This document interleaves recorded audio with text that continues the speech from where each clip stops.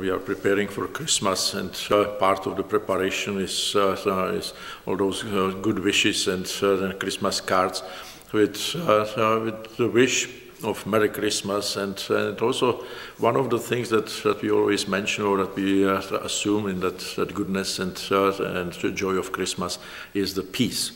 And where we get this peace, or how can we arrive to this peace?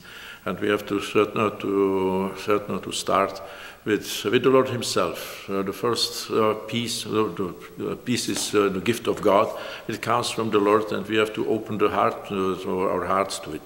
And so the first step is to make peace with the Lord. And it was always a Catholic tradition to go to the confession and to prepare for big feasts, to prepare pure heart and strengthen and adorn, to decorate it with the grace of God. And then, yes, we also have to go and be instruments of the peace for those around us, and bring peace to our families, to the places where we live. I had just an experience some months ago. It was a lady. She was sick with cancer, and she was terribly distraught. And I was wondering that, and she was complaining, and the family was all in despair that she is suffering, and they did not know what to do for her. And but today, with the palliative care and all the means we have, it could not be the physical pain. And it is not the first time I see some case like this.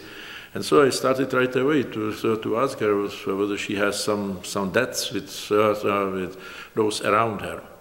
First, she was denying, and saying that no, everything is okay with me, I'm okay, and yes, everything is okay. But then she started to admit that yes, she had some problems, and I found out that it was really quite a dramatic story of her life, and conflicts in all sides.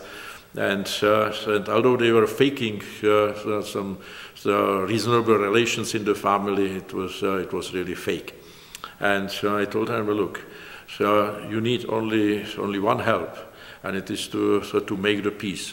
Oh yes, Father, do you know what they did to me, and what this has done and that had done to me? I was saying, see, it doesn't matter what others have done to you, but no, just think a little what you have done to them, because it is what weighs heavily on you. And you can change it, or only you can change it, and you must change it. And no, that Father, that they don't speak to me, or no, we cannot go to this, and she was simply resisting. And finally, she accepted. And it was interesting that seeing her during the last 3 weeks of her life, she was still dying with cancer. Suddenly she was smiling, and she was at peace. And that cancer was more and more serious, but she was at peace. Why?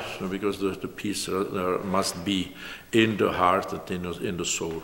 And from there, those exterior things, they can be controlled and healed quite easily. But the worst thing that can really torture us is some conflict or some debt we have with the Lord Himself, or with those around us. And so with my best wishes for Merry and Blessed Christmas, I also wish you that peace, the peace that only the Lord can give. So open the heart to the Lord, and also do something. And as a special gift of Christmas, go to someone where there is some conflict, someone that does not speak to you, or you don't speak to him. Go there and make peace, and you will see that this Christmas will be really a different Christmas, a Merry Christmas.